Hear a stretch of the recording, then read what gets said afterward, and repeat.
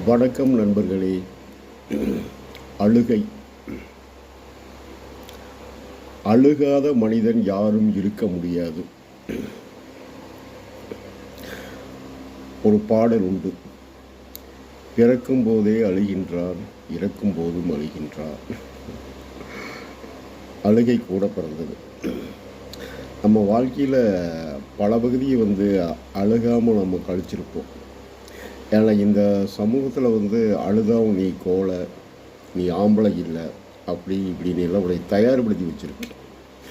ஆனால் எல்லா உணர்வுகளும் ஒன்று தான், சுரபிகளில் ஒன்று தான்.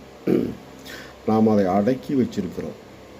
இந்த அடக்கப்படுவது தான் நாம் பின்னால் நம் நோயாளியாக மாறுவதற்கு மிகப்பெரிய காரணம். இந்த அடக்குதலை நாம் வெளிப்படுத்தியாக வேண்டும். நாம் அழுகிறத நம்மளே ஒப்புக்கொள்றதில்லை. ஏன்னா நீ மனிதனில் அழக்கூடாது, அழக்கூடாதுன்னு சொல்லியிருக்கிறாங்க. அழுதோம்னா பெரிய பாரம் குறைஞ்சிரும். நீங்கள் தனியாக உட்காந்து கொஞ்சம் நல்லா அழுது பாருங்கள். ஏதோ நினைவுகள் வரும். ஒவ்வொரு தொட்டையில் ஒன்று வந்துகிட்டே, அது அடுத்தடுத்து வந்துகிட்டே இருக்குது.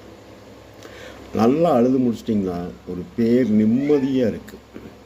அதனால் தினமும் 10 நிமிடம் நீங்கள் தனியாக அமர்ந்து, நம்மளுக்கு நடந்த ஒரு மோசமான நிகழ்வு இல்லாமல் இருக்காது, அதை நினைத்து அழுது பாருங்கள்.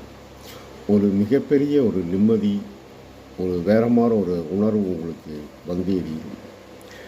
மனிதனாக பிறக்கும்போது 2 மொழிகள் தான். ஒன்று சிரிப்பு, இன்னொன்று அழுகை. அதற்கு மேல்தான் எல்லாமே உன்மேல் திணிக்கப்பட்டது. குடும்பம், சமுதாயம் அனைத்துமே உண்மையில் திணிக்கப்பட்டது. இந்த 2 தான் நாம் மாறி சிரிப்பு, அழுகை, இது 2ஐயுமே நாம் சரியாக பயன்படுத்துவதே இல்லை. அழுவதை ஒரு தியானமாக மாற்றி தினமும் ஒரு 10 நிமிடம் அமர்ந்து தனிமையில் அழுது பாருங்கள். மிகப்பெரிய அளவில் ஒரு மாற்றம் உங்களுக்கு நிகழும் நண்பர்களே. இதனுடன் சேர்ந்து தினமும் உடற்பயிற்சியும் தியான பயிற்சியும் அவசியம் மேற்கொள்ளுங்கள். நன்றி நண்பர்களே. வணக்கம்.